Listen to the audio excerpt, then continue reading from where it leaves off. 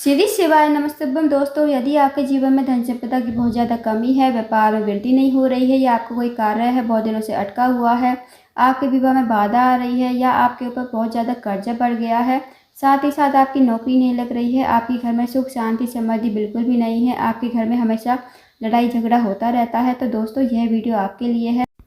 तो कल है दोस्तों 17 फरवरी शनिवार का दिन, और शनिवार के दिन पड़ रही है अष्टमी तिथि, जो कि इस दिन को बहुत ही खास एंड विशेष बनाती है। बस आपको 9 चने की दाल से अचूक उपाय करना है। यदि आप इस उपाय को करते हो तो आपकी जो भी मनोकामना होगी वो अवश्य ही पूर्ण होगी।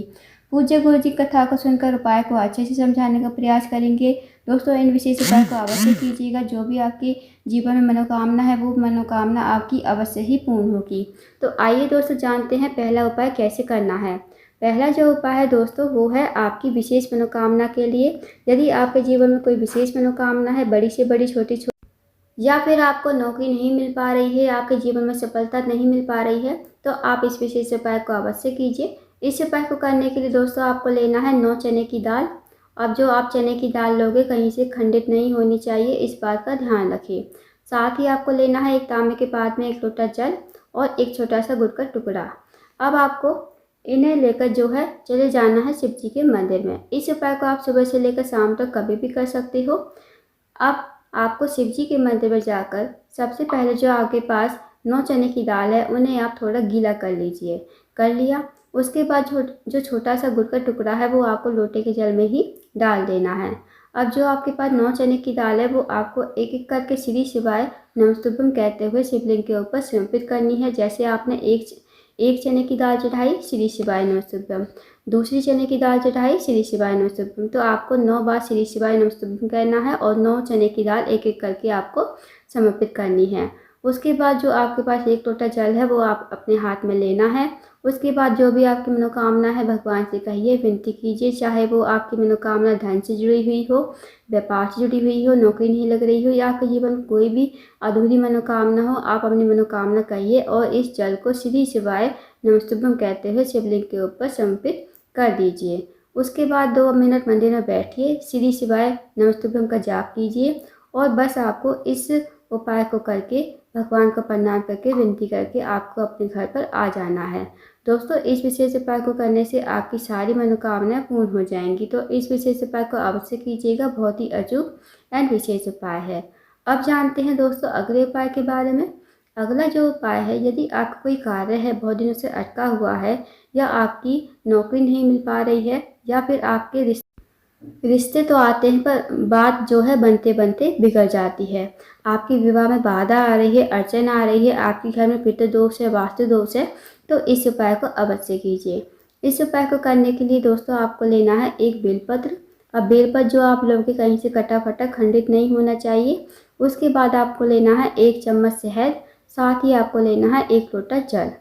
अब इस उपाय को भी आप सुबह से लेकर शाम तक कभी भी कर सकते हो। अब इन्हें लेकर चले जाइए आप शिव जी के मंदिर में।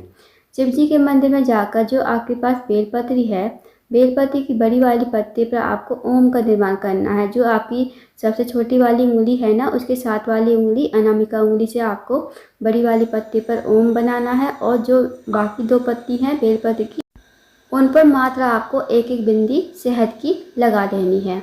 फिर आप इस बेलपत्र को जो है अपने हाथ में लोगे। उसके बाद दोस्तों आपको थोड़ा सा शहद बचाना भी है, इस बात का ध्यान रखें। फिर इस बेलपत्र को आपको अपने सीधे हाथ में लेना है, महादेव से अपनी मनोकामना बोलनी है। जो भी आपकी मनोकामना है भगवान से कहिए। चाहे आपके रिश्ते में बाधा आ रही है, विवाह में बाधा आ रही है, अड़चन आ रही है, जो भी आपके जीवन में मनोकामना है, मनोकामना कहिए और इस बेलपत्र को शिवलिंग के ऊपर श्री शिवाय नमस्तुभ्यम कहते हुए समर्पित कर दीजिए।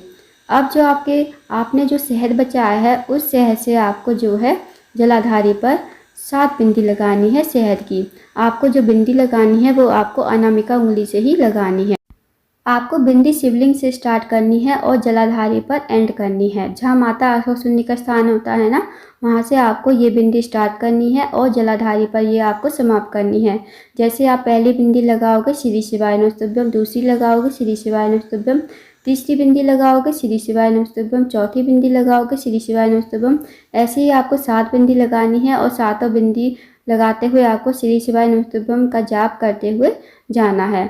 फिर आपको 2 मिनट मंदिर में बैठना है, श्री शिवाय नमस्तुभ्यं का जाप करना है। फिर आपको पुनः मनोकामना बोलनी है। फिर आपको भगवान को प्रणाम करके विनती करके आपको अपने घर पर आ जाना है। तो दोस्तों इस विशेष उपाय को भी अवश्य कीजिएगा। बहुत ही अचूक एवं विशेष उपाय है। इस उपाय को करने से भी आपकी मनोकामना अवश्य ही पूर्ण हो जाएगी। अब जानते हैं दोस्तों अगले उपाय के बारे में। अगला जो उपाय है, यदि आपके घर में धन की बहुत ज़्यादा कमी है, पैसों की तंगी है, आर्थिक तंगी से बहुत ज़्यादा परेशान हो, या आप 1 पैसा कमाते हो, सवा पैसा आपका जो है बीमारी में खर्च हो जाता है, तो इस उपाय को करने से आपकी सारी मनोकामना पूर्ण हो जाएंगी। इस उपाय को करने के लिए दोस्तों आपको लेने हैं 5 हरे मूंग के दाने, साथ ही आपको लेना है 1 लोटा जल तांबे के पात्र में। अब जो आप 5 हरे मूंग के दाने लोगे वो खंडित नहीं होने चाहिए, इस बात का ध्यान रखिए। अब इस उपाय को भी आप सुबह से लेकर शाम तक कभी भी कर सकते हो। अब इन्हें लेकर चले जाइए आप शिव जी के मंदिर में। शिव जी के मंदिर में जाकर सबसे पहले जो आपके पास 5 हरे मूंग के दाने हैं, उनमें से आपको 4 जो दाने हैं हरे मूंग के, वो आपको 4 स्थानों पर मतलब समर्पित करने हैं। पहला जो हरा मूंग का दाना है वो आपको गणेश जी के स्थान पर, जलाधारी पर ही गणेश जी का स्थान होता है, तो वहाँ पर आपको श्री शिवाय नमस्तुभ्यं कहते हुए समर्पित कर देना है। अब दोस्तों आप सबको पता होगा कि शिव जी का पूरा परिवार जो है जलाधारी पर ही विराजमान है। अब गणेश जी का स्थान जलाधारी पर राइट साइड पर होता है, तो वहाँ पर आपको पहला दाना हरा मूंग का समर्पित कर देना है श्री शिवाय नमस्तुभ्यं कहते हुए। अब जो दूसरा हरा दाना है वो आपको समर्पित करना है कार्तिक जी के स्थान पर। अब जहाँ गणेश जी का स्थान होता है वहीं लेफ्ट साइड में कार्तिक जी का स्थान होता है, तो वहाँ पर आपको श्री शिवाय नमस्तुभ्यं कहते हुए दूसरा हरा मूंग का दाना समर्पित कर देना है। अब जो तीसरा हरा मूंग का दाना है वो आपको माता असोसुंदी के स्थान पर समर्पित करना है। माता असोसुंदी जो है शिव जी की सबसे छोटी और सबसे प्रिय पुत्री है, तो माता असोसुंदी का स्थान जलाधारी पर बीचों बीच में होता है, नाग देवता की तरह बनी हुई होती है, मोटी सी लाइन होती है जलाधारी पर, वही माता असोसुंदी का स्थान होता है, तो वहाँ पर आपको तीसरा हरा मूंग का दाना समर्पित कर देना है।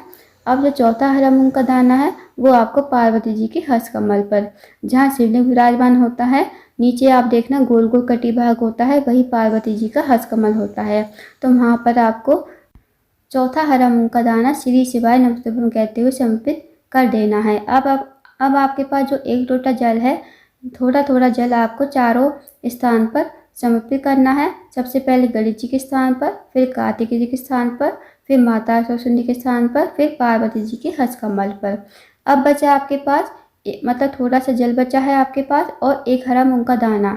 अब आपको 1 हरे मूंग के दाने को लोटे के जल में डाल देना है और ये आपको लोटे के जल हाथ में लेना है और श्री शिवाय नमस्तुभ्यं कहते हुए पूरा का पूरा जल जो है आपको शिवलिंग के ऊपर समर्पित कर देना है। फिर आपको महादेव से प्रार्थना करनी है, जो भी आपकी मनोकामना है मनोकामना कहिए। आपके जीवन में धन की वृद्धि नहीं है, धन प्राप्ति नहीं है, माता लक्ष्मी का वास जो है आपके घर में बिल्कुल भी नहीं है, तो महादेव से प्रार्थना कीजिए और कहिए कि हे भगवान आप ही कुछ करो कि हमारे घर में माता लक्ष्मी का वास हो, हमेशा माता रानी हमारे घर में वास करे। तो आप ऐसी मनोकामना करिए, विनती करिए। 2 मिनट मंदिर में आपको बैठना है, श्री शिवाय नमस्तुभ्यं का जाप करना है, उसके बाद आपको भगवान को प्रणाम करके विनती करके आपको अपने घर पर आ जाना है। तो दोस्तों इस विशेष उपाय को भी अवश्य कीजिएगा, बहुत ही अचूक विशेष उपाय है। दोस्तों ये थे कुछ विशेष उपाय जो आपको शनिवार की अष्टमी तिथि के दिन अवश्य ही करने हैं। इन उपाय को अवश्य कीजिए। अगर आपको जानकारी पसंद आई हो, वीडियो को लाइक करना, शेयर करना, चैनल को जरूर सब्सक्राइब करना और कमेंट बॉक्स में श्री शिवाय नमस्तुभ्यं हर हर महादेव जरूर लिखना।